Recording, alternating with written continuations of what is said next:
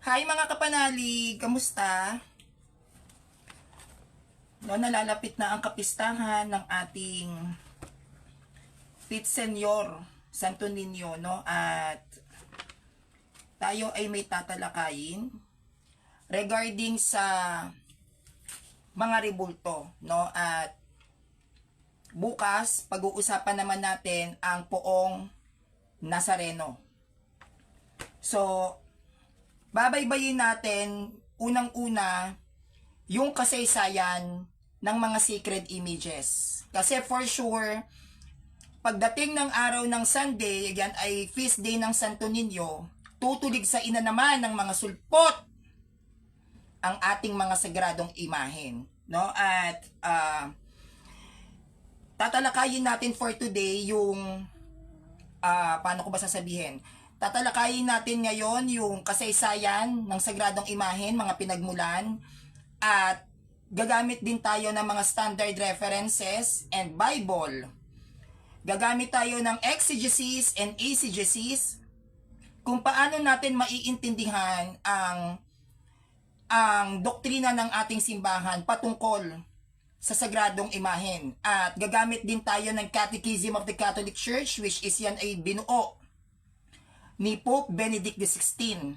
No? Gagamit tayo ng mga references ng Catholic Church, gagamit tayo ng references ng mga Protestant, gagamit tayo ng standard references ayon sa sinasabi ng world history, gagamit din tayo ng Bible, na which is compiled by the Catholic Church. So, mahalaga na makinig tayong maigi para alam natin kung paano tayo dedepensa sa mga paratang ng mga sulpot na protestanteng ito na hindi naman inaral.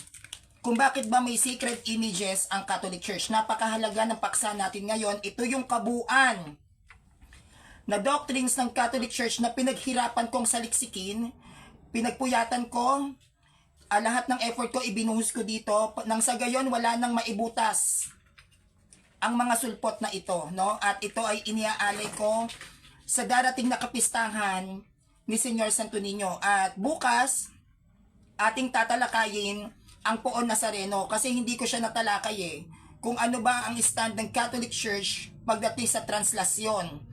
No? Ano bang stand ng Catholic Church pagdating sa kapistahan din ng Poong Nazareno? Hindi naman ako papayag na yurakan at hamakin nila ang ating Poong Nazareno. So, by tomorrow, yan ang ating magiging talakayan. So, dumako na po tayo sa ating paksa patungkol sa mga sacred images, no? But before we start, in the name of the Father, the Son, the Holy Spirit, Amen. Ama namin, sumasalangit ka, sambahin ang ngalan mo, mapasama kami sa kaharian mo, sundin ang loob mo, dito sa lupa para lang sa langit. Bigyan mo kami ng aming kakanin sa araw-araw, at patawarin mo kami sa aming mga sala, gaya ng pagpapatawad namin sa nagkakasala sa amin. At huwag mo kaming ipahintulot sa tukso at yadya mo kami sa lahat ng masama.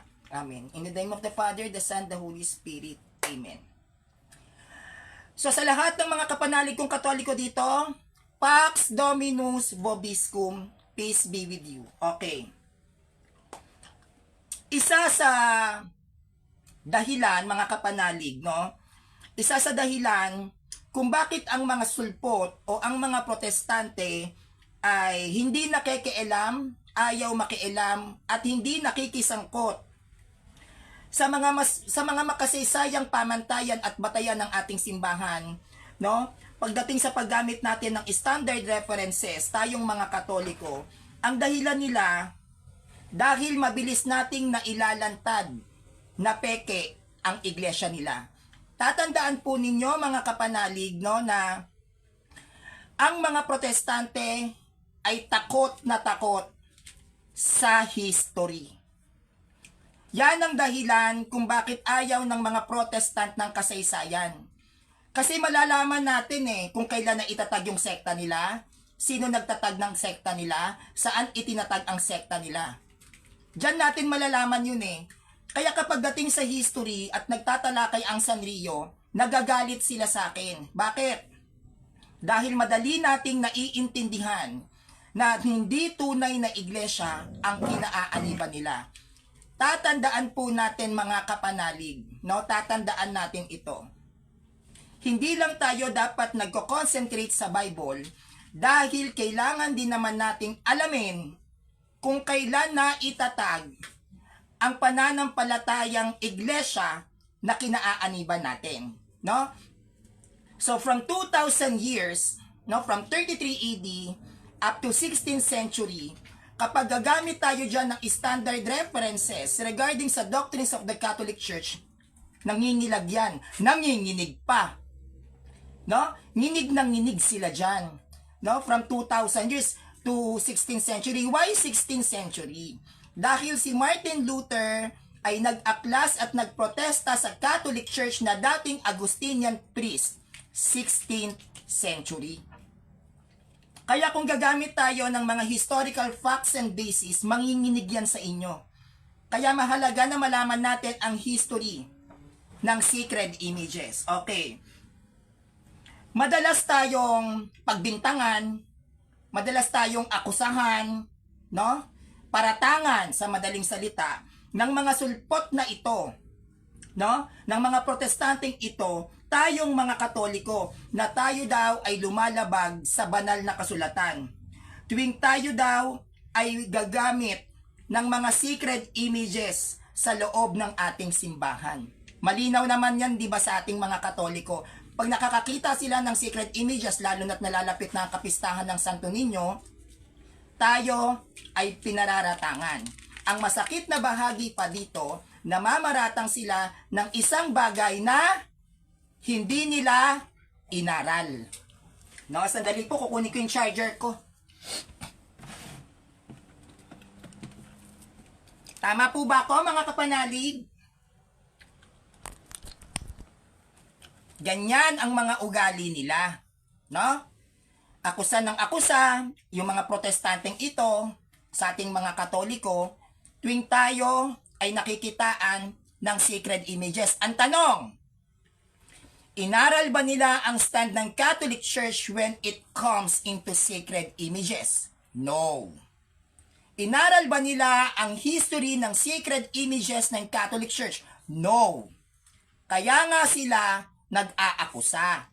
Kaya nga sila namamaratang. Kaya sila nambibintang kasi hindi nila sinaliksik. Hindi nila inaral. Bakit? Tamad mag-aral. Pag tamad kang mag-aral, wala kang utak. No? Pag tamad kang mag-aral, madali kang mauto. No? Uto-uto lang ang naniniwala sa isang doktrina na hindi naman sinaliksik. Kaya mag-history tayo ngayon. Okay. Ayon sa mga sulpot, ang sacred images daw ay hindi daw to biblical. Diba? Kakarelate kayo. Saan mababasa yung ganito ninyo, mga Katoliko? No? Hindi raw to biblical. At tinatalakay nila rito ang diretsyong paglabag, diretsahan, prangkahan na ang Katoliko daw ay lumalabag sa aklat ng Exodo. No? Exodo yan eh. Basta sacred images ang ilalatag ng sulpot, aklat ng Exodo. Okay. Itong mga sulpot na ito, yung kanilang mga kamangmangan, yung kanilang mga kabobohan, no?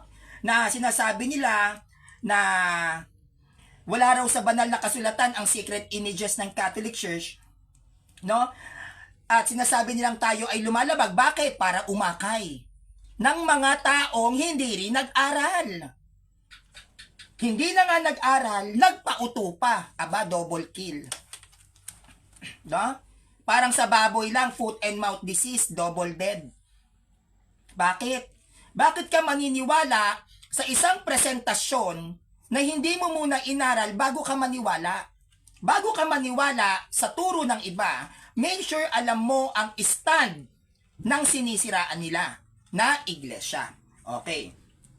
At dahil dito, napakalinaw mga kapanalig kong Katoliko na sila ay tutol sa pagkakaroon ng sacred images ng Catholic Church.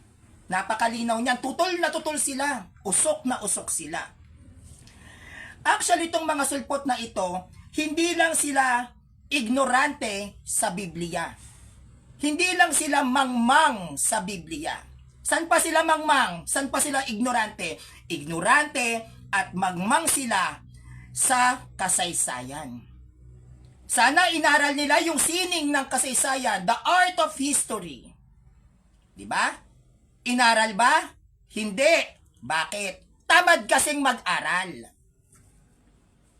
Tamad mag-aral. Okay. Mga kapanalig, noong 1st century o 1st century AD o 100 AD, sabihin natin ganon, 1st century, 100 AD, ang mga simbahan ng Catholic Church noong 1st century, tayo ay may mga altar na. 1st century, may mga churches na po ang Catholic Church. Bakit? 1st century, 100 AD, when San Ignacio gave us a name, katangi-tangi at kakaibang pangalan, Catholic. Yan ay ibinigay ni San Ignacio sa simbahang walang pangalan, which is ang Catholic Church. No? Bakit? Universal. Kalat ang simbahan ng Katoliko 1st century, 100 AD. May protestante na ba ng 100 AD? Meron? No. Wala. Buhay na si Martin Luther, 1st century? Wala. May Bible na, 1st century? Lalong wala. So meaning to say, the Catholic Church, meron na tayong mga altar. Wala pang Biblia. At ipapaalam ko din sa inyo, 1st century pa lang, meron na tayong sacred images. Meron nang pinararangalan ang mga early Christians 1st century. Dapat alam nila yan. Hindi kasi nag-aral. Okay. Noong first century AD o 100 AD na mga simbahang Katoliko, tayo ay may mga altar na, tayo ay may mga imahe na, may mga images na tayo. Catacombs na lang, ang daming larawan. Pero ito ay kinokontra at pinamamalian, no?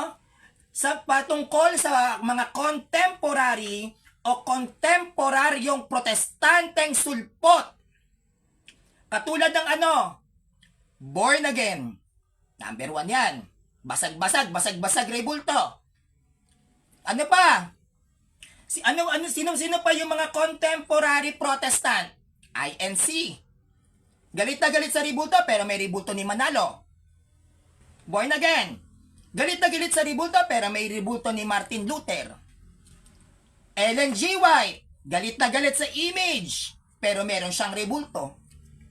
Diba? Galit na galit, pero hindi nila naisip, may rebulto rin sila. Tama po ba? Okay.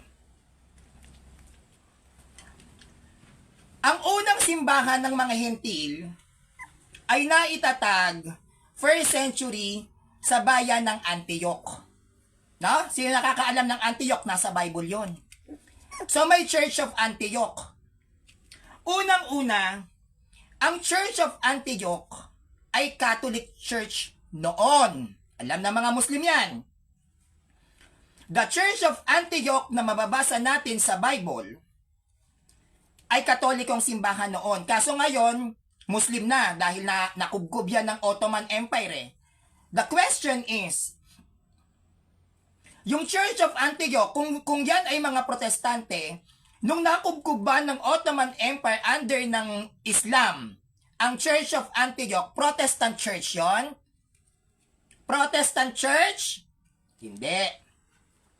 May Bible na sa panahon ng Church of Antioch? Wala. Diba? So hindi nila kung sila ay pupunta sa panahon ng 1st century, hindi sila pwedeng gumamit saan mababasa. Saang sitas. Bakit? wala pang Bible. Ang Bible natin ay nabuo 4th century. At yung 4th century na yon, wala pang sulpot. And during that time, nung nabuo ang Bible ng 4th century, hindi siya legal gamitin ng mga ordinaryong tao. Ang nakakagamit lang ng Bible noon ay ang mga pari o bispo ng Catholic Church. May protestante ng 4th century? Wala. Kaya hindi rin sila pwedeng sumitas. San mababasa ganito? San mababasa ganyan? Bakit? Dahil 4th century, nang na-compile ng Catholic Church ang Bible na ginagamit ng mga Protestant ngayon, hindi yan pinahihintulutang gamitin ng mga ordinaryong laiko. Ang gumagamit lang yan, pare at obispo. San lang yan nagagamit? Misa. Kaya ang unang nagbanal na hapunan, Katoliko. Bakit? Wala pang sulpot, nagbabanal na hapunan na tayo. Wala pang sulpot, nagbabautismo na tayo. Wala pang sulpot, nagkakasal tayo. Wala pang sulpot, may Eucharistia tayo. Wala pang sulpot, tayo ay nagdadaos ng misa. Wala pang sulpot, may pari, obispo at santo papa na. Wala pang sulpot, mayroon na tayong kumpil. Wala pang sulpot, meron na tayong kumpisal. Wala pang sulpot, may sacred images na tayo. Wala pang sulpot, meron na tayong altar. So sa madaling salita, wala pang sulpot, meron na tayong 7 sacraments.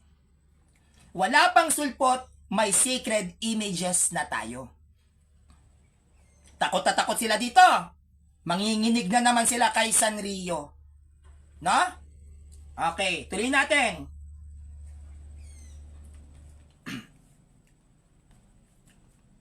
Itong Church of Antioch na ito, yan ay ipinatayo ni San Pedro at ni Apostol San Pablo. Yan ang unang simbahan ng mga Hintil sa ilalim ng Christianity. Wala pang sulpot. No? Meaning to say, meron na tayong iglesia, wala pang Bible, wala pang sulpot. No? Okay, tuloy natin.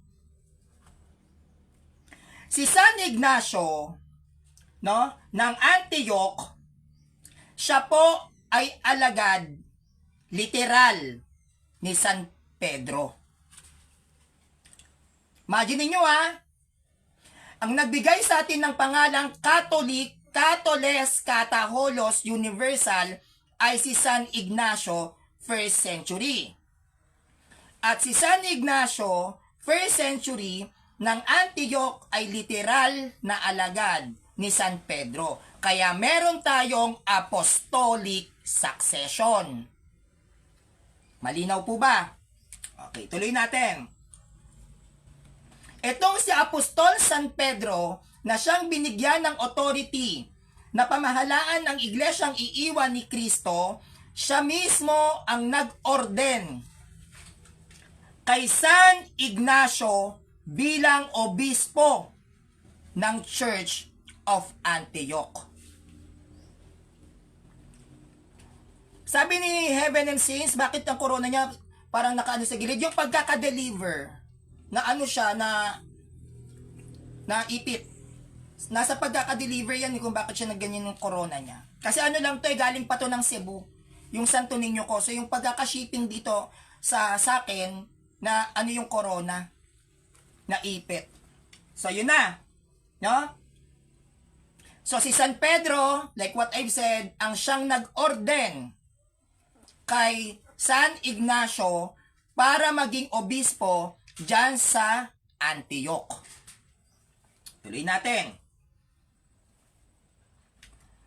Kung ang sagradong imahen ay ipinagbabawal ayon sa Biblia, sabi ng mga sulpot na walang alam, mga sulpot na tamad mag-aral, mga sulpot na utak talangka, kung ang sacred images ng Catholic Church ay ipinagbabawal sa Biblia, sana si San Pedro ay hindi niya pinayagan si San Ignacio na magkaroon ng imahen at altar dyan sa simbahan ng Antioch. Hindi niyo po ba alam, bagong makubkob ng Ottoman Empire, ang Church of Antioch, meron po yung sacred images. Sino po yung sacred images na nasa Church of Antioch? San Jose. First century pa lang, meron na tayong sacred images, rebulto ni San Jose. Bakit ba nagkaroon ng pagpaparangal ang mga Muslim kay Maria? Dahil nung nakubkob nila ang mga churches ng Catholic sa Turkey, no? Diyan sa Turkey, kasi diyan yung ating mga churches nakuha nila yan eh. Bakit nagkaroon ng Muslim ng pagpapahalaga kay Maria? Dahil yung mga nakubkob nilang simbahan ng Katoliko doon, may mga larawan ni Birheng Maria. May mga larawan ni Kristo, kaya nga si Kristo kinikilala ng Muslim propeta. May protestante na? Wala pa. May Muslim na nung panahon na yon? Wala pa. Diba?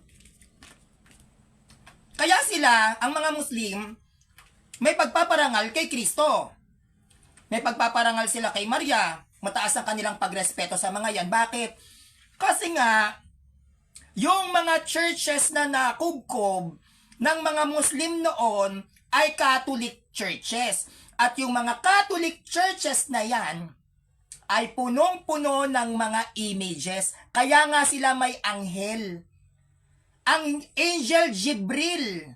Sa ating mga Katoliko, Angel Gabriel. Saan niya nakuha? Doon sa mga simbahang kinubkob ng mga Muslim. Kaya wala pang protestante, wala pang Muslim, may sacred images na tayo. Meron na tayong altar. Bakit may altar? Doon isinasagawa ang misa. No? Doon sinasagawa ang misa. May protestante na during that time, nung sa panahon ng Ottoman Empire ng mga Muslim, wala. Wala.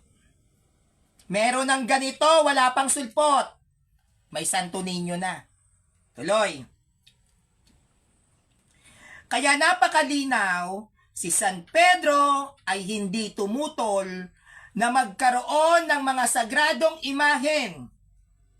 Ang Catholic Church, dahil kung hindi niya yan pinahintulutan, bakit may mga sacred images sa Church of Efeso, Church of Antioch, no? Yung mga churches dyan sa Turkey. Kasi yung Turkey na yan ay paboritong destinasyon ni San Pablo. Yung mga churches na makikita dyan, yan ay pinaghirapang ipatayo ni San Pablo. At yung mga churches na yon, na Catholic churches na nakubkob ng Ottoman Empire under ng Islam, ay punong-puno ng mga sacred images. So meaning to say, hindi tumututol ang mga alagad na magparangal tayo ng mga santo kung ang nire-representa naman ay banal. Diba? Malinaw po ba? Tuloy. Yung mga early Christians, yung mga sinaunang Kristiyano, sila po ay hindi at never naging kaanib ng ano? Born again. Seventh-day Adventist, Jehovah's Witness, Iglesia ni Cristo, MCGI, Kibuloy, Jesus is Lord, Mormons, Aglipayan, diba? Anglican Church, hindi sila kaanib nila. Bakit? dahil hindi pa sila nag-e-exist first century. Paano sila magiging INC ang 12 apostles? May INC na ba first century? Tandaan natin, INC, MCGI, SDA, JW, no? Born again, all of them are Protestant. May Protestant first century, tologobo. Kaya malabo na maging INC ang 12 apostles. Malabong maging born again Christians ang mga apostles. Why? Because they have no early Christians. Under the Christian religion, only the Catholic Church has early Christians. Why? Dahil nauna tayo sa Bible. Nauna tayo sa sacred images. Nauna tayo sa calendar, Gregorian ngayon. Wala pang Protestant, nag-e-exist na tayo. Tayo gumawa ng Bible. Yan ang reason kung bakit wala silang early Christians. Kaya most of the sacred images ng Catholic Church ay nauna kesa sa Protestante. Ha? Tandaan po natin yan. Okay, tuloy. Now, yung mga early Christians, like what I've said, ay hindi Protestant dahil wala pang Protestant noon. Ha? Walang Protestante noon. Ang mga unang Kristiyano, sila ay mga Katoliko, mapaloob o mapalabas ng simbahan. Lahat sila ay Katoliko. Bakit? Sino ba nauna? Katoliko o Protestante? Hindi nila pwedeng sabihin that the 12 apostles is not a Catholic. Why? Hindi naman kasi yun Protestant. Di ba? May Protestant na ba first century? Wala. But these Protestants believes that the Catholic Church was founded by Ignacio and Ignacio exists first century. If Ignacio is the founder of the Catholic Church, so meaning to say, wala pang Protestant. Di ba? Nauna tayo. At kung sasabihin nila na ang founder natin ay si San Ignacio, so they must admit na wala pang Protestant, may sacred images na tayo because the Church of Antioch has a sacred images. Alam ng mga Muslim yan. Pasukin ninyo yung mga nasakop ng mga Muslim na simbahan sa bansang Turkey. Lahat yon punong-puno ng larawan ni Maria, ni Jesus, ng mga anghel. May mukha pa ng mga tao. No? May mukha pa ng mga tao. Ano ngayon na nauna? Ang mga Protestante o ang sacred images ng Catholic Church? Hindi nila alam yan. Bakit? Tamad kasing mag-aral. Uto-uto. Ang lalaki nyo na, nagpapauto pa kayo. Pilipino pa man din kayo. Pilipino ay katolikong bansa. Mga uto-uto. Okay. Meron tayong tinatawag na sinaunang sining. No? Or sa madaling salita, sinaunang Kristiyanong sining. O, alam nyo ba yan mga sulpot? Hindi. Makinig. Tayo ay may tinatawag na sinaunang Kristiyanong sining na siya ay tinawag noon na Paleo-Christian art. No? Paleo-Christian art ang tawag sa mga sinaunang Kristiyanong sining. Tanong, meron bang sinaunang Kristiyanong sining ang Iglesia ni Cristo? Wala. Meron sinaunang Kristiyanong sining ang MCGI? Wala. Ang born again meron? Wala. Sino sa mga protestanteng ito ang may sinaunang Kristiyanong sining na tinatawag natin na Paleo-Christian art? Wala. Bakit? Wala kasing sinaunang Kristiyano. Kaya hindi nila alam na ang mga sacred images na ito ay tinatawag na sinaunang Kristiyanong sining o Paleo-Christian art.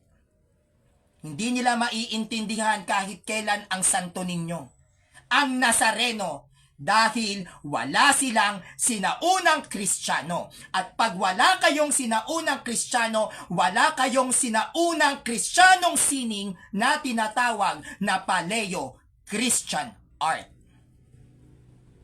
Maliwanag ha? Tuloy! Ano tong Paleo-Christian art na to? O yung tinatawag na primitive Christian. Primitive Christian art. Ang Paleo-Christian art ay tinatawag din nating primitive Christian art. Anong ibig sabihin ng primitive Christian art? Pag sinabing primitive Christian art, yan ay lumalarawan sa arkitektura. Yan yung simbahan. Kaya nga may mga drawing, di ba? Ang tawag dyan, primitive Christian art o Paleo-Christian art. Sinaunang Kristiyanong sining na lumalarawan unang-una sa arkitektura. Ikalawa, pagpipinta at iskultura. Ano yung iskultura? Rebulto. Sculpture. Pagpipinta, paintings. Arkitektura, yan yung mga iglesia natin, simbahan. Ang tawag dyan, Paleo-Christian art. Mula yan sa panahon ng mga sinaunang Kristiyano. May ganyan sila? Wala. Kaya hindi nila maiintindihan ang sacred images. Kasi ang sacred images, like what I've said, yan ay mula sa mga sinaunang Kristiyanong sining na tinatawag na Paleo-Christian art o primitive Christian art na lumalarawan sa arkitektura, iskultura, pagpipinta. At ito ay mula sa mga ito. Yan. At ito ay nagsimula. Ito ay mula sa simula ng Kristyanismo, no? Papasok pa lang ang Kristyanismo, may sining na tayo, no? Ito ay simula ng Kristyanismo hanggang sa unang bahagi ng ika-6 na siglo. At partikular dito ang mga art at sining ng Italia hanggang kanlurang Mediterranean. Wala sila niyan. Wala sila niyan. Di ba? Pasimula. Ito ang Paleo-Christian art. Ang Paleo-Christian art ay nagsimula bago pa dumaganap ang Christianity hanggang sa ika-6 na siglo na nakarating din sa Italia at kanlurang bahagi ng Mediterranean. May sacred images na bago pa lumaganap ang Christianity sa iba't ibang bansa. May mga Catholic churches na bago pa dumami ang Christianity ng Katoliko sa iba't ibang bansa. May mga paintings na tayo. Wala pang sulpot. Di ba po, Santo Niño? Tuloy. Ang sinaunang sining nating mga Katolikong Kristiyano sa bahagi ng silangan sa ilalim ng imperyo ng Roma ay karaniwang itinuturing na bahagi ng art ng Byzantine. So yung mga sining, no, yung mga Paleo-Christian art o yung sinaunang Kristiyanong sining sa bahagi ng imperyo ng Roma, tayo ay nasa silangan eh, 'di ba? Silangan bahagi tayo, Western Rite. yung mga sining doon, yung mga images, sacred images, yan ay tinatawag na Byzantine art noon. Baka pati Byzantine, di nila alam. Byzantine is one of the rites ng Catholic Church. Ang Byzantine rite, yan ay yan ay rite under ng Catholic Church na nakubkob ng mga alagad at naging Kristiyano. Sila yung mga Orthodox. Dahil sa impluwensya ng mga sinaunang Kristiyanong sining, yan ay nakarating sa bayan ng Silangan, which is ang Roma. At yung mga sining doon, no, na ginuhit at ipininta sa mga katakomba, yan ay tinatawag na Byzantine art. Wala pang sulpot, hindi pa laganap ang Kristyanismo sa iba't ibang mundo, wala pa pong protestante, kalat na po ang mukha ni Jesus, mukha ni Maria, at mukha ng mga iba't ibang sinaunang namatay na banal. Ipinipinta yan ng mga sinaunang Kristiyano. Kaya kung titignan natin ang ating mga lumang simbahan, punong-puno yan ng paintings. Ang tawag dyan ay Paleo-Christian art. Wala kasi silang art. No, wala kasi silang art. Ano lang meron sa protestante? Arte. Magaling umarte.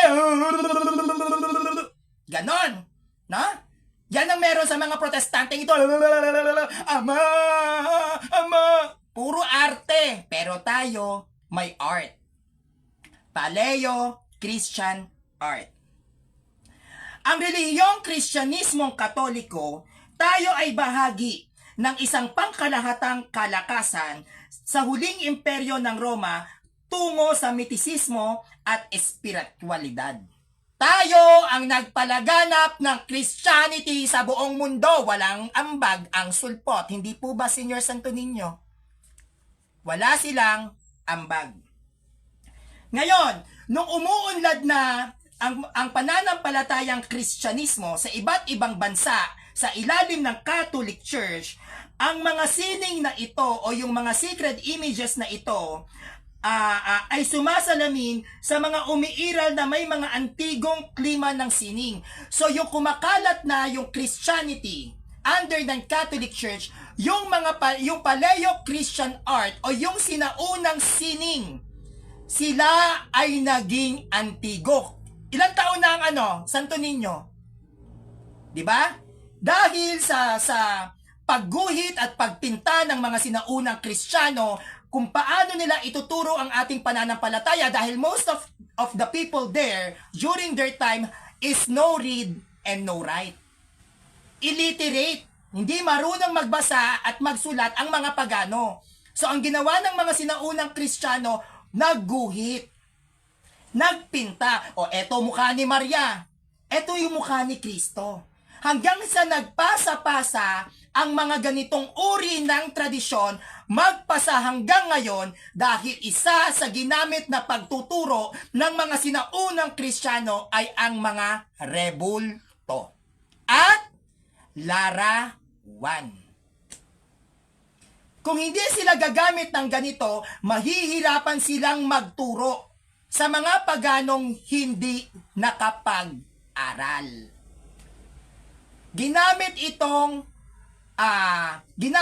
itong mga sagradong imahe, isa sa dahilan para magturo. Dahil ang mga pagano noon ay mahilig sa rebulto. Dahil ang rebulto ng mga pagano noon ang siyang ginagamit ng mga paganong pari nila para ituro ang paniniwalang pagano, na siyang nilabanan ng Catholic Church na kung kaya niyong magturo sa pamamagitan ng image, kaya rin namin magturo sa pamamagitan ng imahen sa ilalim ng Christianity o ng Kristiyanong pananampalataya. Kaya meron tayo neto. Hindi yan sinasamba. Ginamit ito na pagtuturo sa mga no read, no write. Kaya mabilis lumaganap ang Christianity at maraming bansang pagano ang naging katolikong bansa sa ilalim ng Catholic Church na nasa Roma. under ni San Pedro. Na? Okay. Maliban sa mga pagkakaiba sa mga usaping paksa, ang mga Kristiyano at mga paganong gawa ay halos magkatulad sa katayuan. Posible na ipakita na ang parehong pagawaan kung minsan ay gumagawa ng eskultura para sa parehong mga layunin ng Christianity at mga hindi Kristiyano. So, yung ginawa ng Catholic Church, no, para gibain ng mga pagano, meron ng mga paganong dambana at simbahan. Ang ginawa ng Katoliko, ganon, may simbahan ng mga pagano, magpatayo din tayo ng simbahan. Ganon, may ribulto kayo ni Zeus, ni Artemis, ni Athena. Teka lang, may Santo Niño tayo. Teka lang, may Blessed Virgin tayo. Sandali, eto ribulto namin, San Jose, oh. Tinapatan. No? Kasi ganoon ang kalakaran pagdating sa religion. Even ang Judaism, may mga ribulto. May ribulto sila ni Moises. May ribulto sila ni David. Ang Judaism. Tingnan nyo ang mga makasaysayang relihiyon sa buong mundo. Buddhist, may ribulto. Islam, meron din silang ribulto. Diba? Ano pa? Hinduism, may ribulto. Catholic Church, may ribulto. Lahat ng mga kinikilalang religion sa buong mundo ay may ribulto. Bakit? Kasi during that time, yung mga relihiyong ito na iba't iba, gumagamit sila ng mga ribulto para magturo. Kasi hindi lahat ng mga tao noon ay kayang mag-aral. Ang alam lang ng mga sinaunang tao noon, magtrabaho. Ano ang pangunahing trabaho noon? Pangingisda at pagsasaka. Wala pa namang kotse noon. Wala pang eroplano. Mano-mano ang trabaho ng mga tao noon. Kaya imbes na makapag-aral sila at makapunta ng eskwelahan, kinakailangan nilang kumita ng pera para sa kani-kanilang mga pamilya. Kaya hindi sila marunong magbasa at magsulat.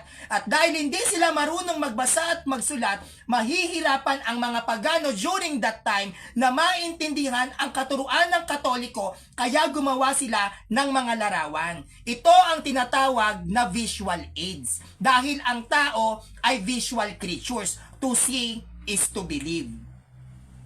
Madali nating i-explain ang ating pananampalataya kung meron silang nakikita. Ganyan ang naging paraan ng mga sinaunang Kristiyano at ito ay tinatawag na sinaunang Kristiyanong sining, Paleo-Christian art, na hindi alam ng mga Protestante ang patungkol sa sining ng sinaunang Kristiyano kasi nga wala silang early Christian. Hindi nila maiintindihan ang kahalagahan ng sacred images kasi wala nga silang early Christian art. Paleo-Christian art. Wala sila nun. Paano sila magkakaroon nun? Wala nga silang early Christians. Kaya ang early Christians ay hindi Protestante. Dahil ang lahat ng early Christians ay may mga pinta, may mga sining na nasa ilalim ng Catholic Church na hanggang ngayon ay pinangangalagaan at pinoprotektahan ng aming simbahan. Kaya nang tinatawag naming mga imaheng antigo. Antique. Matanda pa sa Protestante ang mga sacred images ng Catholic Church. Hindi pa pinapanganak ang mga founder nyong demonyo. May sacred images na. Utak! Utak! Ha? Sige. Okay. Ang pinakaunang kilalang Kristiyanong sining o yung unang-unang sining ng mga sinaunang Kristiyano na kinikilala magpasa hanggang ngayon, ito ay binubuo ng ilang 2nd century wall at ceiling painting sa Roma sa loob ng katakomba. Ito ay makikita sa underground burial chambers na patuloy na pinalalamutian ng sketch style na nagmula sa Roman Impressionism hanggang 4th century. Ang kilalang kilala na sining ng mga Kristiyano mula sa sinaunang Kristiyano ay makikita sa katakomba doon sa ilalim kung saan inililibing ang mga sinaunang Kristiyano na punong-puno ng mga pinta ng sinaunang Kristiyano. Anong mga pinta nandoon? Mga pinta ng anghel, pinta ng mukha ni Jesus, pinta ng mukha ni Maria, pinta ng iba't ibang mukha ng mga taong yumaong banal. Yon ang makikita nyo. Wala pang Biblia. Wala pang Gregorian calendar. Wala pang protestante. Hindi pa nag-e-exist ang mga founders ng mga protestanteng ito. Kahit ang Santo Niño na nasa harapan ko na siyang dumaong dito sa Pilipinas, mas matanda pa sa mga sekta ninyo. Tapos sasabihin ninyo, kayo ang tama, pero may mga ribulto kayo ng mga founders ninyo. Sino ang gumawa ng ribulto ni Felix Manalo? Early Christians?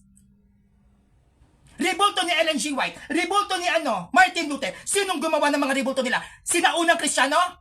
Ang aming mga santo ay iginuhit at binuo ng mga sinaunang Kristiyano sa panahon na hindi pa buo ang Biblia, sa panahon na wala pang protestante. Sige. Makayura kayo sa sacred images ng Catholic Church, pero kahit kailan hindi nyo inaral na ang sacred images ng Catholic Church yan ay mula sa early Christians kung saan wala pang Bible na nag-e-exist, kung saan sa panahon wala pang protestanteng nag-e-exist.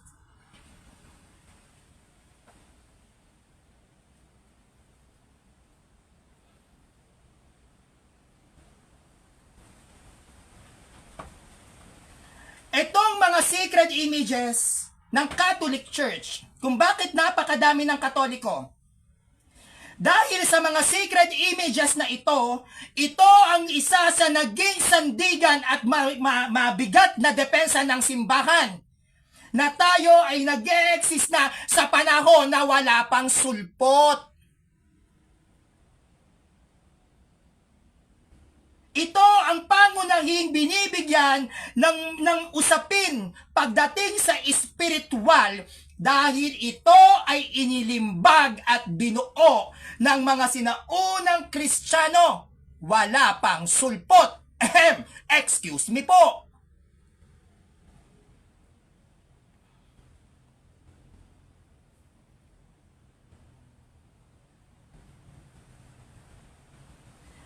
Sa panahon ng mga sinaunang Kristiyano, meron ng tinatawag na code ang mga early Christians. At ang isa sa pinta na kilalang kilala, wala pang sulpot, excuse me po, yung hugis isda. Nakita nyo na ba yung pinta na hugis isda? Yan ang isa sa simbolismo ng ating simbahan. Sino nakakita nun yung hugis isda? Yung hugis isda na yan yung passcode ng mga early Christians para hindi sila patayin ng mga pagano. Sacred images. Ano yung hugis isda na ginagamit na passcode ng mga alagad ng mga early Christians? Ano yung hugis isda? Baka hindi nyo alam. Yung hugis isda na yan ay simbolismo ni Kristo. Doon pa lang nagpipinta na. Diba? Yung mga ribulto ng mga founders nyong mga sulpot kayo, sinong bumuo? Sinong gumawa? Sinaunang Kristiyano? Kailan ginawa mga ribulto ninyo? Ano na una? Yung ribulto ni Felix Manalo o ribulto ng Santo Niño?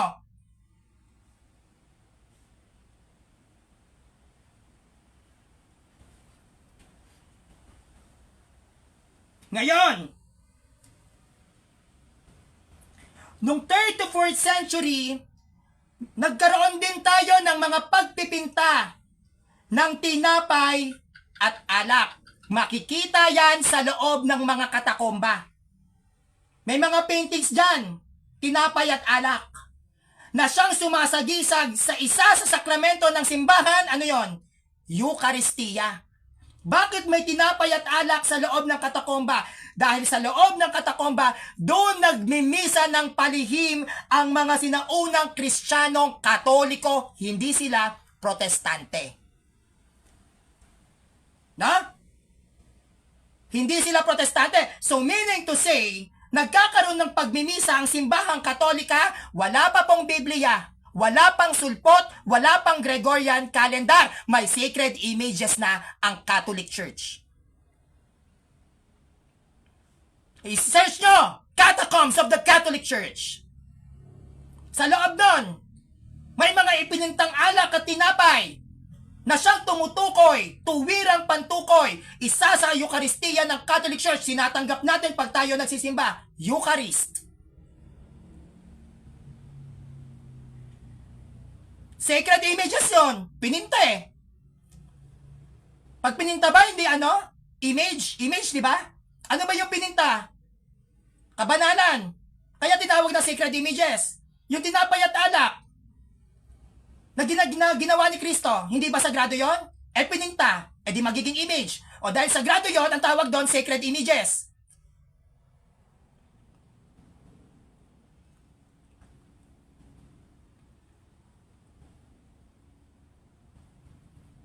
Ngayon, etong tinapay at alak na siyang tumutukoy at naglalarawan sa Eucharistia noong 3rd at 4th century sa mga kuwadro na gawa sa catacomb at sa iba pang mga pagpapakita, sinimula ng mga sinaunang Kristiyanong Katoliko na iakma ang pagkakakilala o yung naiakma yung pamilyar na paganong mga prototype sa mga bagong kahulugan at interpretasyon.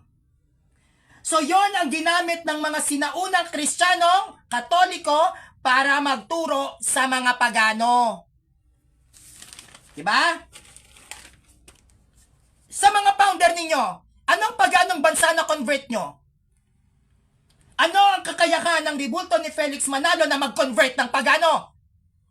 Ang dami na convert ng Santo Niño sa panahon ni Magellan na pagano. Rebulto pa lang yan.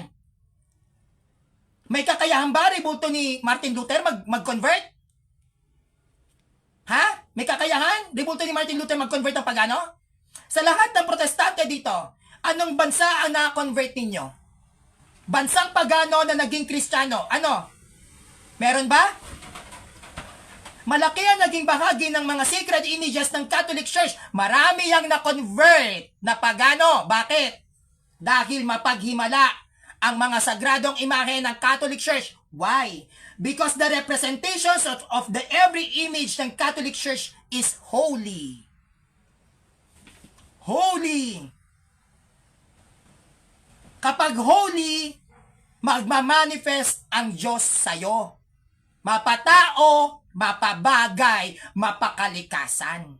Kaya nga may mga tubig na nakakapagpagaling. Hindi ba sa panahon ni Kristo, gumamit ng putek, inilagay dun sa mata ng bulag, nakakita.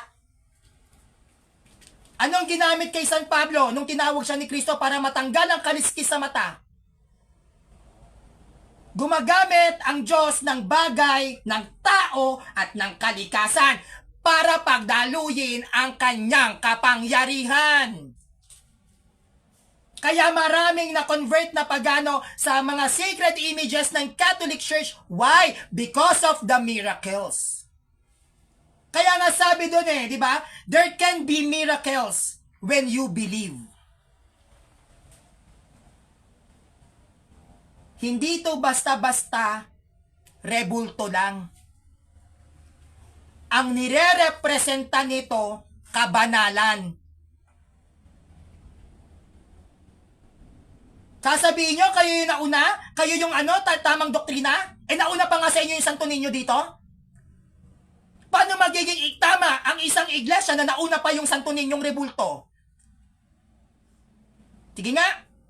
Hindi pa Kristiyanong bansa ang Pilipinas, may Santo Niño na oy. Galing to sa Flanders ng Belgium, under ng Spanish colony. Buo na to, pagano pa Pilipinas. Hindi pa to nararating ni Magellan, meron ng Santo Niño de Cebu. Ah, hindi pa nakakarating ang Biblia sa Pilipinas, may Santo Niño de Cebu na.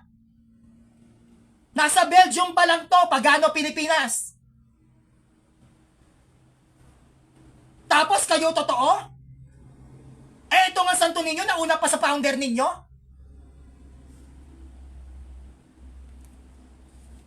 Ang titibay naman ng mga bagang nyo. Paano magiging totoo? Sino nagdala ng Biblia sa Pilipinas? Protestante? Ha? Sino nagdala ng Biblia sa Pilipinas? Protestante?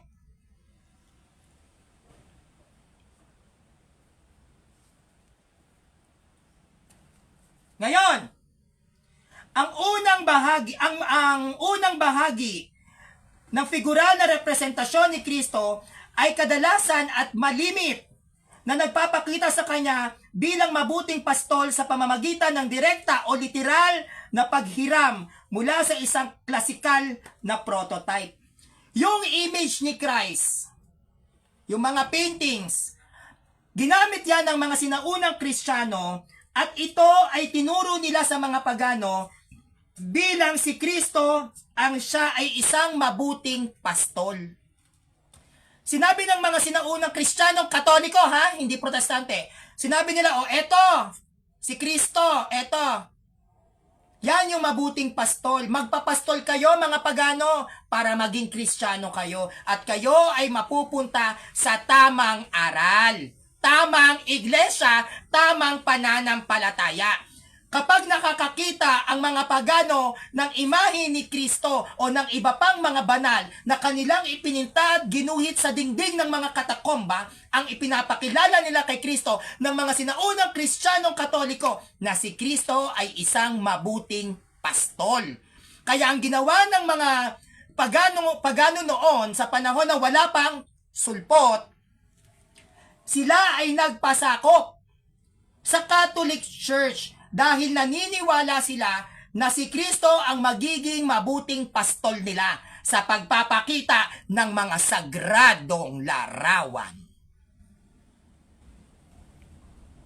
Diba?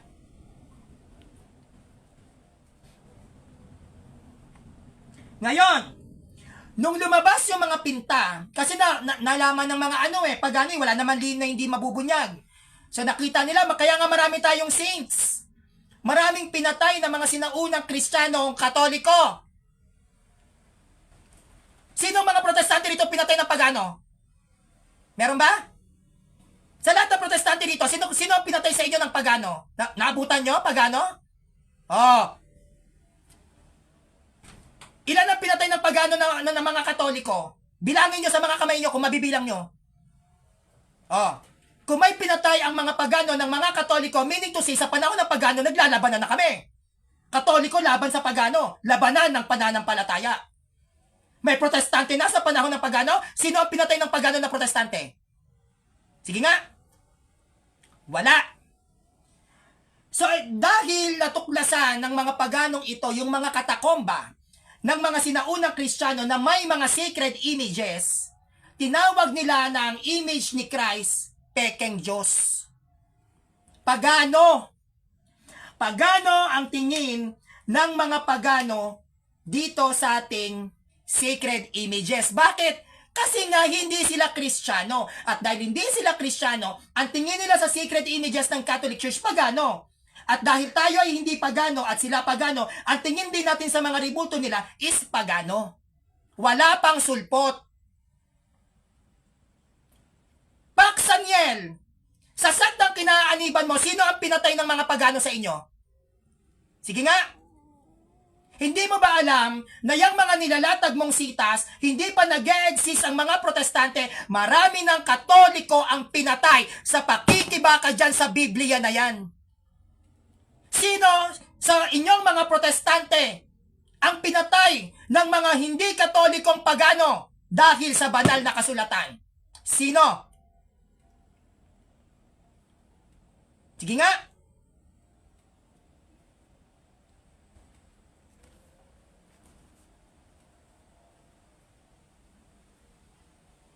Now, hindi nagtagal nang ang relihiyong Kristyanismo ay nakamit na ang sukat ng makalupang kapangyarihan, nagkaroon siya, si Kristo, ng mas mataas na katangian. So, nung kumakalat na yung Christianity, no?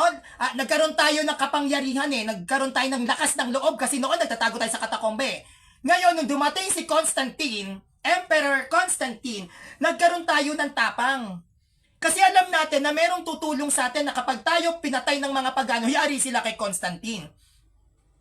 At dahil binigyan ng authority ni Constantine ang mga sinaunang Kristiyanong Katoliko dyan sa bayan ng Roma, no, na pamahalaan ang bayan na yan, ginawa ng Catholic Church, inexpose ang mga sacred images. 3rd century. Diyan yan inilantad. At sa paglantad ng Catholic Church sa mga sacred images na makikita sa catacombs na siyang pinagmimisahan ng palihim ng mga kaparian, yan ay pinagawa ng monumento ni Constantine para wasakin ang mga paganong rebulto na nasa bayan ng Roma. Kaya naubos ang pagano sa Roma.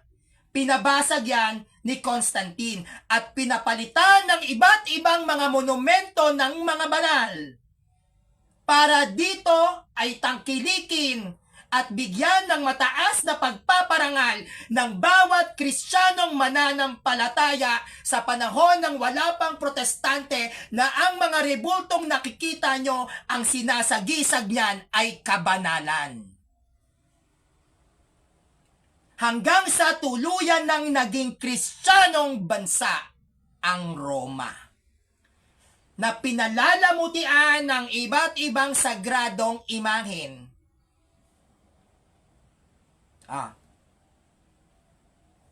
Di ba? Okay. Sa una, ang mga salaysay ay typological, kadalasang nagmumungkahi ng mga pagkakatulad sa pagitan ng lumang tipan at bagong tipan. Sa una, nagkaroon ng mga tao, no, ng may pagkakatulad. Yung lumang tipan sa bagong tipan. No, bakit? Ang mga dambana at ang mga templo sa Old Testament ay may mga mukha ng leyon, mukha ng tao, mukha ng mga kerubim katulad ng kaba ng tipan. Ganon din tayo sa New Testament. Ang ating mga dambana, ang ating mga iglesia ay pinalamutian ng iba't ibang mga pinta at iskultura. Iba't ibang mga rebulto, may mukha ng tao, may mukha ng kalapati. Ganon din sa Old Testament. No? Kung paano nagpagawa si Solomon ng templo na may iba't ibang mga imahen, ganon din tayong mga Katoliko. Ang ating simbahan ay may iba't ibang mga imahen. Tayo, sa pananampalatayang Kristiyano, ang unang gumamit ng image. Tayo ang unang gumamit sa pananampalatayang Kristiyano ng rebulto. Sino unang gumawa ng rebulto? Protestante? Talaga? Sa ilalim ng Kristyanismo, sino unang gumawa ng rebulto? Protestant? Hindi. Catholic Church. Why? Dahil may sacred images na, may rebulto na ang Katolikong simbahan, wala pang sulpot. Ha? Sabi ko sa inyo, gusto niyong bardagulan, ha?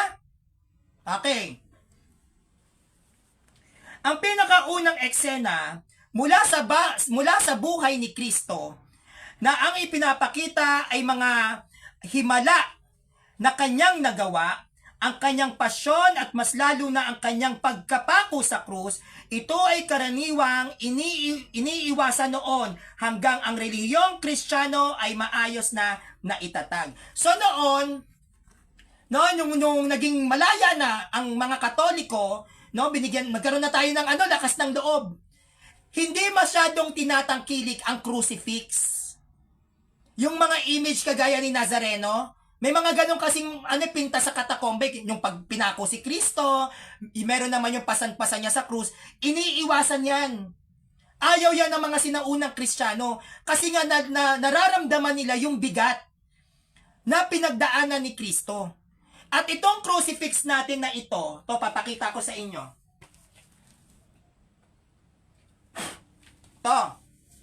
Yung crucifix na ito, noon ay hindi masyadong tinatangkilik. Ayaw nila to. Pati yung Passion of Christ, ayaw nila yan. Ng mga early Christians na Katoliko, ha? Ayaw. Kasi nga nabibigatan sila. Hindi nila matanggap. Ganon ka-devoted ang mga Katoliko noon, no?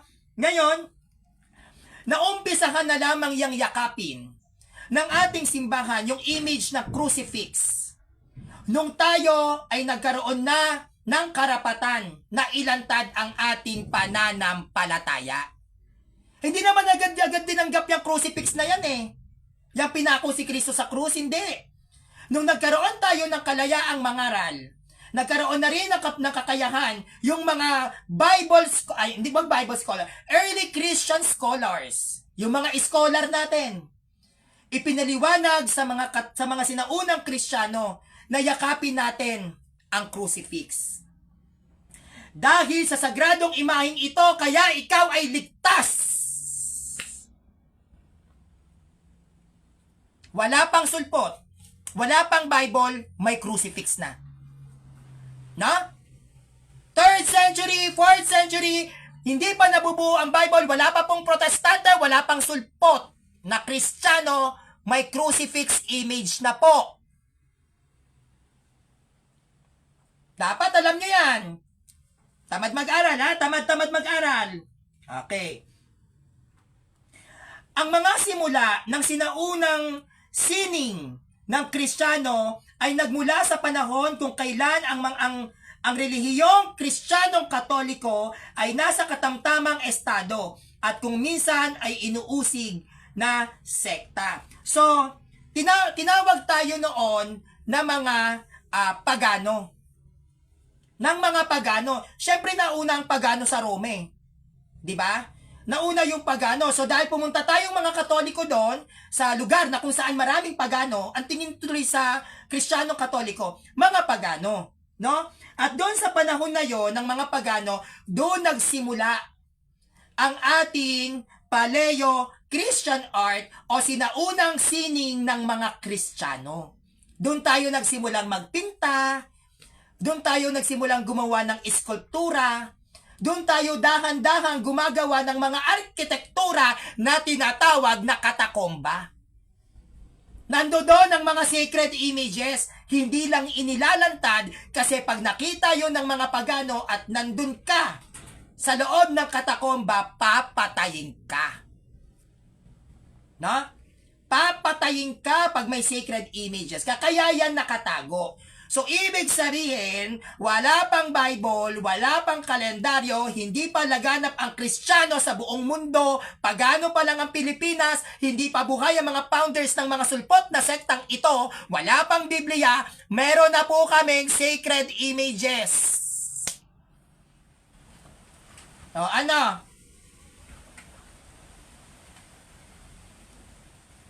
Sabi ko sa inyo, ha? Okay. At ang pagpapalaganap ng relihiyong Kristyanismo ay posible lamang pagkatapos ng 313 AD. Doon nagsimula ang paglaganap. Yung 313 AD na, oy! Kaya na natin to, labas mga Katoliko, nandito na si Emperor Constantine, mangaral na tayo, mamalakaya, ilabas ang sagradong imahen. Oh, yung mga nagtatago sa katakomba dyan, labas na. Paggawa ng rebulto, lahat ng mga sagradong imahe na ipininta ng mga sinaunang Kristiyano. Ipinag-uutos yan ni Emperador Constantine. 3rd century, may sulpot? May protestante, 3rd century? May Bible na? May Gregorian calendar? May born again, 3rd century? INC. SDA, MCGI. Nag-exist na? Di pa. So ano yung nag-exist noon? 3rd century. Sacred images. Kaya malinaw ang nauna ay ang sacred images kesa sa Protestant images. Ribulto ni Manalo, ribulto ni Luther, ribulto ni Ellen G. White, ribulto ni Chase Russell, o kung ano mga ribulto ng mga protestante niyan, ano na una? Image. Bakit? Bakit nagpagawa ngayon? Sinabi ni Constantine, oy, sige mga Katoliko, yung mga ipininta ng mga sinaunang Kristiyano, gawin yung ribulto. Bakit? Magtuturo kasi sila ng doktrina ng Iglesia Katolika. Ituturo ngayon na nila yung katuruan ng ating simbahan sa mga pagano. Wala silang choice. Kailangan nila magpasakop sa Christianity. No read, no write. Di marunong magbasa, di marunong magsulat. Pagano pa, paano a-adapt? Nasanay sa mga ribulto mga pagano eh. Kaya ang ginawa ni Constantine, dahil sanay ang mata ng mga pagano sa mga ribulto, mga obispo ng Katoliko, sa 5 rights, no?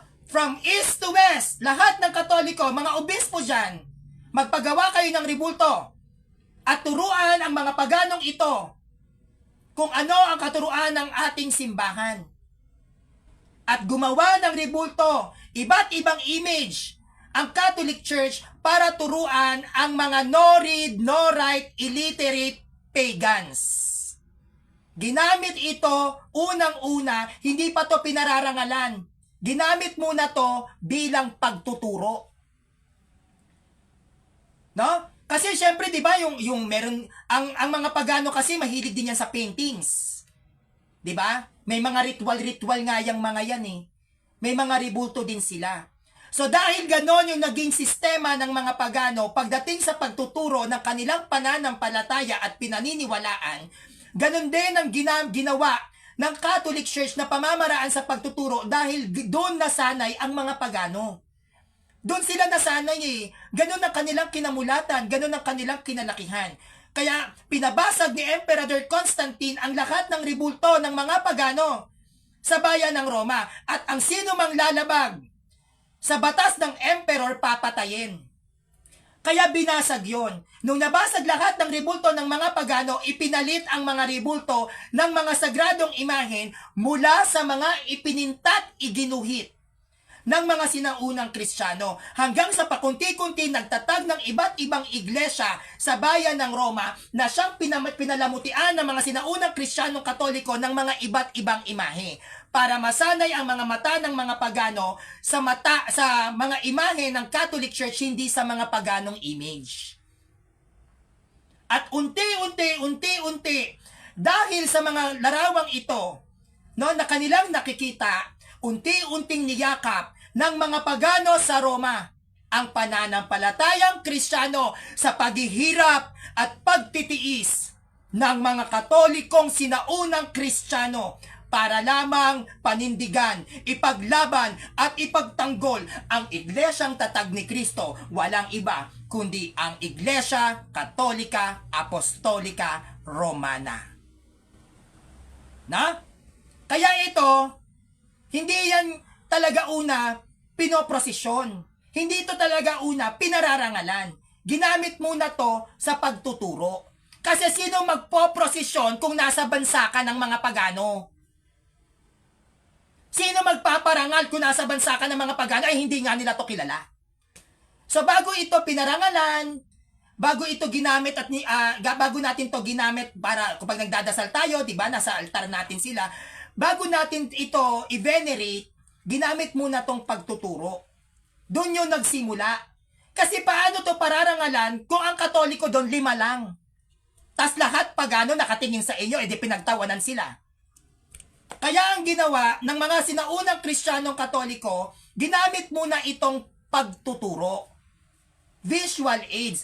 Nung unti-unti nang ina-adapt ng mga pagano ang pananampalatayang Katolikong Kristiyano 3rd century, unti-unting nabibigyan ng mataas na karangalan ang mga sagradong imahen ng Catholic Church. ng Catholic Church. At ang paglaganap ng relihiyong Kristyanismo ay posible lamang pagkatapos ng 3rd century na ang Kristyanong emperador na si Constantine the Great ay nag-utos ng opisyal na pagpapaubaya sa bayan ng Roma sa ilalim ng relihiyong Kristyanismo, Catholic Church. 313 AD, sinabi ni Emperor Constantine, kayong mga Katoliko, ipinauubaya ko sa inyo ang bayan ng Roma na dating pagano, ngayon ay gagawin ninyong Kristiyano. Gawin nyo kung ano ang gusto nyong gawin. Mamalakaya kayo, mangaral kayo, walang sino man ang maaaring lumaban sa inyo. Turuan nyo ang lahat ng mga pagano sa loob at labas ng Roma. Hanggang sa nag-utos si Constantine, sige, pagawa kayo ng ribulto, at doon din nagsimula na nagbigay ng ideya si Emperor Constantine na gumawa kayo ng Biblia, kayong mga Katoliko, sa sarili ninyong aral at doktrina. Bakit? Dahil malaking bagay ang maibibigay niyan kapag gumawa ang isang relihiyon ng sariling aklat. Isa sa may malaking contributions kung bakit na-compiled ang Bible, yan ay si Emperor Constantine. Dahil kung hindi pumayag si Emperor Constantine, hindi mako-compiled ang Bible dahil ang Bible ay na-compiled sa Vatican. Ang Vatican ay nasa Roma at ang Roma pinamamahalaan ni Constantine. Kaya malaya na na-compiled ng Catholic Church ang Bible dahil protektado kami ni Emperor Constantine na siyang dating paganong emperor na naging Kristiyanong Katolikong emperor sa pamamagitan ng kanyang ina na si Santa Elena na siyang nakatagpo sa tunay na krus ni Kristo. Malinaw po ba? Malinaw naman ang presentations ko, no? Okay. Ang kasunod na pag-sponsor o pagsuporta ng imperial ang siyang nagdala sa relihiyong Kristiyano sa katanyagan, kayamanan, at maraming convert mula sa lahat ng mga lipunan. So nung niyakap na ni Emperor Constantine, nung niyakap na ni Emperor Constantine ang Christianity na umiiral sa bayan ng Roma sa ilalim ng Iglesia Katolika Apostolika Romana, doon tayo nagsimulang lumaganap. At yung bawat lugar na pinupuntahan ni Emperor Constantine, kinakailangan sila ay mga Katoliko. Maraming nakubkob na lugar at bayan si Constantine na which is yan ay pinamumunuan ng mga emperador na mga pagano. At nung si Constantine ay laging nananalo sa gera, pinatayuan niya ng iba't ibang mga sagradong imahen. Ang bawat bayan, ang bawat lugar na nasakop ni Constantine. Kaya lumaganap ang pagpapakilala sa mga sagradong imahen ng Catholic Church. Kapag natalo ni Constantine ang emperor ng mga pagano, inuutusan niya ang lahat ng mga tao na kayo ay dapat maging Kristiyano dahil aking tong bayan na to. Kung hindi kayo magpapasakop, pupugutan kayo ng ulo. At dahil sa takot ng mga tao, sila ay masigasig na inaral at tinuruan ng mga sinaunang Kristiyanong Katoliko patungkol sa pananampalatayang Kristyanismo na ginagamitan ng mga sacred images. Hindi pa to bine-venerate noon. Hindi pa to bine-venerate noon na sinasabi ninyong lumuluhod. Hindi pa. Ginamit itong pagtuturo. Nagkaroon ng malaking, at dahil sa pangyayaring iyon, maraming na-convert na mga pagano. Ang mga rebulto ng Katoliko, marami itong na-convert. Ang mga sacred images ng Catholic Church. May na-convert ba ang rebulto ni Felix Manalo? Yung mga rebulto ng mga foundation, sino na-convert? Ang mga sacred images ng Catholic Church, marami na-convert. At dahil sa malaki ang naging ambag ng mga sacred images ng Catholic Church, tayo ay nagsimula na parangalan ang kanilang nire-representa dahil maging sila man, bagamat ito'y walang buhay, ito'y gawa sa kahoy o gawa sa bato, ito'y hindi nakakakita o nakakarinig, malaki ang tulong na ibinigay sa atin ng mga sacred images. Why? dahil ito ang ginagawang daluyan ng himala ng Panginoon kung bakit may mga taong gumagaling. Naghihimala ang mga sacred images. Kung ang tubig pwedeng maging dugo, ang panyo ni Pablo ibinibigay dun sa may sakit para gumaling, ang tungkod ni Moises na ahas kung sino ang matuklaw gagaling. Ganon din ang sacred images ng Catholic Church. Yan ay pinaghihimalaan ng Panginoon para mas lalo pang pagtibayin ang pananampalataya ng mga mananampalatayang Kristiyano sa panahon ng mga pagano na kung saan wala pang sulpot. Tandaan, nauna ang Santo Niño sa Protestante.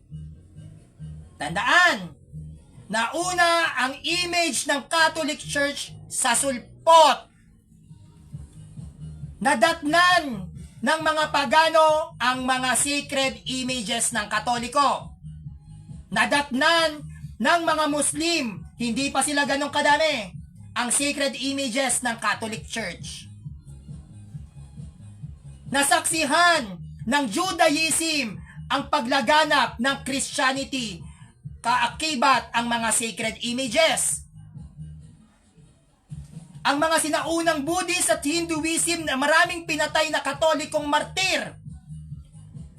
Pinatay sila dahil sa mga sacred images. Wala pang sulpot, hindi pa ipinapanganak ang mga sinungaling na founder ninyong mga sulpot kayo. May sacred images na kami. Nauna pa ang sinulog kesa sa sekta dito sa Pilipinas. Kaya wag kayong mag-inarte sa akin, sinasabi ko sa inyo. Okay. Kaya tayong mga Katoliko, no? Tayong mga Katoliko ay kailangan gumawa ng mga sining at arkitektura katulad ng imahen, rebulto, mga paintings, mga simbahan sa isang magarbong sukat upang mapagbigyan at maturuan ang mga miyembro ng mga Katoliko at ang mga pagano at maipakita ang bagong dignidad at kahalagahan ng relihiyong Kristyanismo sa lipunan. Kaya dahil dumadami na ang mga Katoliko at marami pa rin mga pagano, nagpagawa ang simbahan ng mga magagarbong simbahan malalaki. Mga magaganda, malalaki talaga. Parang Cuneta Asrodom, Vatican na lang, di ba? Bakit ganyan kalalaki? Ang laki naman San Rio. Para maturuan ang mga pagano, maturuan lalo ang mga naging Katoliko. Para kung pupunta man ang mga tao doon na hindi Katoliko, meron silang mapepwestuhan. Kaya malalaki ang simbahan natin sa Western, no? Sa Western, right? Pansinin niyo yung mga simbahan natin ng lalaki. Bakit sobrang laki? Kasi marami ang Katoliko na nagsisimba. Dito lang naman sa Pilipinas ang maliit na bansa, daming sulpot. Pero malalaki ang simbahan ng Katoliko. Bakit? Sa sobrang dami ng Katoliko na nagsisimba. Kaya pinagarbo yan. Pinaganda ng simbahan yan. At hindi nagtagal na itayo na ang mga simbahan at dambana sa buong imperyo. No? Yung marami nang na-convert na pagano, doon na ibinigay ni Constantine ang kanyang kaharian, ang Vatican, sa ating mga Katoliko. Yung mga gargoyle na nakikita ninyo, yan ay simbolismo ng mga pagano. Noong panahong hindi pa Kristiyano si Constantine. Hindi ba doon sa Vatican may mga dragon doon? Gargoyle lang tawag doon. Sa panahon ng mga pagano, yan ay pinaniniwalaan nilang tagabantay. Nagiging buhay yun. Tas susugudin yung mga kalaban. Guardians nila yon. So, nung binigay ito sa Catholic Church, yung Vatican ni Constantine bago siya mamatay, hindi yan ipinagiba ng simbahan. Bakit? Unang-una, kasaysayan. Pagpapakita na ang Vatican ay dating pagano, na ngayon ay naging Kristiyanong bayan. Tandaan natin, yung mga nakikita nating image sa loob, na minsan may mga nawiwirdohan kayo, bakit may mga dragon, no? May parang mga nakakatakot yung mukha, kasi dati yung pagano. So, pinakikita lang ng simbahang Katolika na itong Vatican na to na dating pagano ay na-convert into Christianity under ng Roman Catholic Church. Tayo ang nagbigay ng Kristo dito sa bayan na walang Kristo. Hanggang sa lumaganap at kumalat yung Katolisismo sa mga bayan na walang Kristo at binigyan natin sila ng Kristo kapalit ang buhay ng mga sinaunang Kristiyano. Dugo ang binuhos sa mga pagano ng mga Kristiyanong Katoliko noon para lang ma-convert ang bawat bansa. But the question is, meron na bang dugo ng protestanteng ibinuhos sa bayan ng mga pagano? Para sabihin yung kayo yon? Kayo ang totoo? Kayo tunay? May dugo na ba ng mga protestante ang ibinuho sa bayan ng mga pagano? Wala. Bakit? Wala pang protestante noon. Paano ibubuhos ang dugo nyo? Di na nga kayo nagbuhos ng dugo. Di pa kayo kumakain ng dinuguan. Ang sarap-sarap nun. Ngayon, dahil sa magaling na mandirigma, itong si Constantine, itong si Emperor Constantine, marami siyang naitaguyod na mga simbahan. At yung bawat simbahan na naitaguyod ni Emperor Constantine ay punong-puno ng mga sacred images. Kasi kailangan yun. Dahil yung mga bayan na kanyang nasakop ay mga pagano. Para madurog ang mga rebulto ng pagano, pinalamutian niya ng maraming sacred images ang bawat simbahan na kanyang itinaguyod sa iba't ibang bansa. Ang mga gusaling na itaguyod, ito ay karaniwang may 5 pasilyo na basilika, katulad ng Old St. Peter sa Roma, which is itong Vatican, o Basilican Plant, ng mga gusali na nakasentro sa isang bilog o polygonal na dambakan katulad ng Church of the Nativity sa Bethlehem. Kaya kung titignan ninyo yung mga oldest churches sa Jerusalem, may mga paintings yan, may mga rebulto yan, dahil yan ay itinaguyo ni Constantine nung masakop niya ang bawat bansa at gawin niyang Kristiyano. Wala pang sulpot.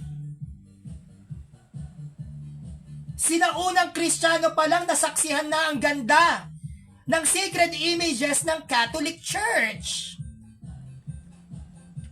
Ang mga malalaking eskultura ay hindi popular, ngunit ang relief sculpture sa sarkophagi gaya ng kay Janus Bacchus na namatay noong taong 359 AD, ang mga aklat na kanyang inukit na nayaring at mga pabalat na aklat ay patuloy na nasa pangangalaga ng simbahan. So hindi masyadong sumikat noon yung mga ganda ng image natin kasi nga marami pang pagano. Marami pang pagano, hindi siya masyadong nakilala agad-agad, no? Pero yung mga sinulat ng mga sinaunang Kristiyano, tinago natin yan. Nasa pangangalaga ng simbahan ang lahat ng mga original manuscript, including yung original manuscript ng New Testament. Na? Yung manuscript ng New Testament, yung nilalapag ng mga silpot, meron silang original manuscript niyan? Yung talagang mga totoong nagsulat? Meron? Wala. Nasaan yung mga totoong sulat ng nasa New Testament? Katoliko. Bakit? Because the Catholic Church compiled the Bible. Tinga. Ang mga dingding ng mga simbahan ay pinalimutaan ng mga pintura o musik upang turuan ang mga mananampalataya. Yung mga dingding ng simbahan, di ba mayroon tayo tinatawag na musik? Ginamit yon hindi lang para sa misahan. Tayo kasi ngayon, misa-misa na lang, di ba? Pero noon, bago sila magdaos ng mass, nagtuturo muna. Tinuturuan muna yung mga mananampalataya tsaka magmimisa. Ganon ang sistema noon. Tayo kasi 'di ba, linggo, simba, uwi, 'di ba? Pero noon hindi ganon.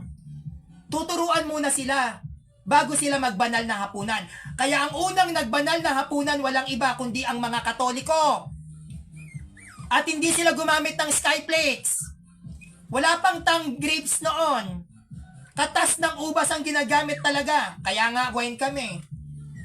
Hindi grapes na tang, hindi juice. Katas ng ubas ang ginagamit sa banal na hapunan at hindi rin skyflakes. Iba yung biskwit sa ostya.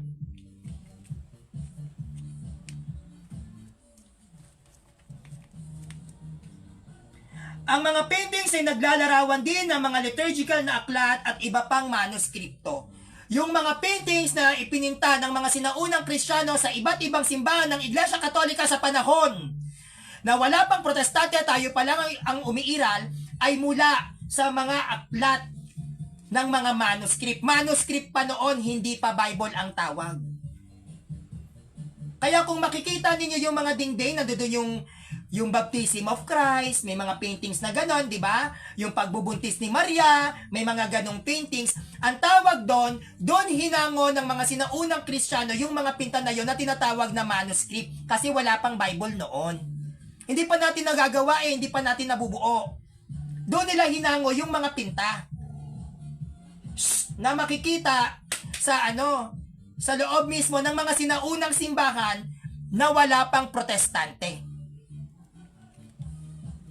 No?